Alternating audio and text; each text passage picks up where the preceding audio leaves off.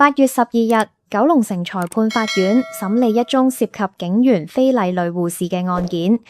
案情指，上年12月20日，一名39歲女護士 X 因裸聊勒索案到尖沙咀警署報案。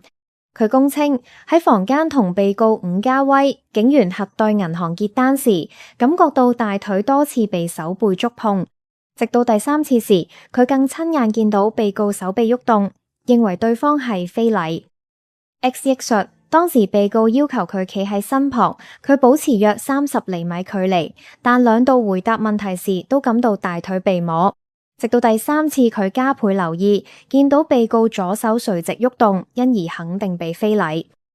X 趁被告離開房間，即時向朋友投訴，並表示房間冇閉路電視，感到受驚。其後有6名督察及警員突然入房查問，X 才向女警交代事件。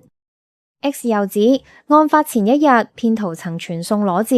而被告在調查時打開相關檔案，甚至問佢有冇其他相片睇，令佢覺得尷尬，突然唔想追究。佢強調，警方若要查裸照，應先只得同意。